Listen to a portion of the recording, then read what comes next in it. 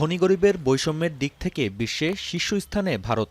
দক্ষিণ এশীয় দেশটির 1% জনগণ দখল করে রেখেছে 40% সম্পদ। সাধারণ জনগণের মতো বৈষম্য লক্ষ্য করা গেছে বিভিন্ন রাজ্যের মুখ্যমন্ত্রীদের মধ্যেও।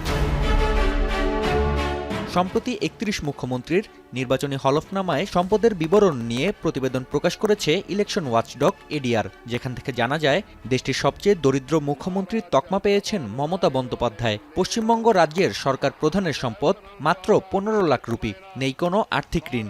সম্পদের উৎস হিসেবে সমাজসেবা ও রাজনীতি উল্লেখ করেন মমতা। মাত্র 55 লাখ রুপি নিয়ে দরিদ্র মুখ্যমন্ত্রীর তালিকায় দ্বিতীয় অবস্থানে রয়েছেন জম্মু ও কাশ্মীরের মুখ্যমন্ত্রী ওমর আবদুল্লাহ। তৃতীয় ও চতুর্থ অবস্থানে যথাক্রমে কেরালা ও দিল্লির মুখ্যমন্ত্রী। দরিদ্র 10 মুখ্যমন্ত্রীর মধ্যে 5 জনই ক্ষমতাসীন দল বিজেপি বিরোধী। 931 কোটি রুপি সম্পদ নিয়ে ধনী মুখ্যমন্ত্রীর তালিকায় শীর্ষে অন্ধ্রপ্রদেশের চন্দ্রবাবু নাইডু। 74 বছর বয়সী এই নেতার দল টিডিপির সঙ্গে লোকসভা নির্বাচনে জোট বেঁধে কেন্দ্রে সরকার গঠন করে বিজেপি। মমতার মতোই সমাজসেবা ও রাজনীতিকে পেশা হিসেবে উল্লেখ করেছেন নাইডু। 332 কোটি রুপি সম্পদ নিয়ে মুখ্যমন্ত্রীর তালিকায় দ্বিতীয় অবস্থানে অরুণাচলের পেমা খান্ডু। কর্ণাটক ও নাগাল্যান্ডের সরকার প্রধান রয়েছে তৃতীয় ও চতুর্থ অবস্থানে। 31 জনের মধ্যে 29 জনের সম্পদই কোটি রুপির উপরে।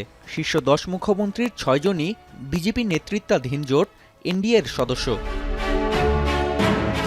এডিআরের প্রতিবেদন বলছে, ভারতের বাৎসরিক মাথাপিছু আয় 1,85,000 রুপি হলেও মুখ্যমন্ত্রীদের গড় আয় 7.3 গুণ বেশি। এছাড়াও 42% মুখ্যমন্ত্রীর বিরুদ্ধে মামলা রয়েছে একাধিক, যা বিচারাধীন। এর মধ্যে গুরুতর অভিযোগ 32%-এর বিরুদ্ধে। নাফিয়া আরমান মনন, এখন বিশ্ব। সানবিট সব দিবে সামাল। সানবিট ম্যাজিক প্রেস ডিশওয়াশিং এর মাথা ঘোরানো সলিউশন।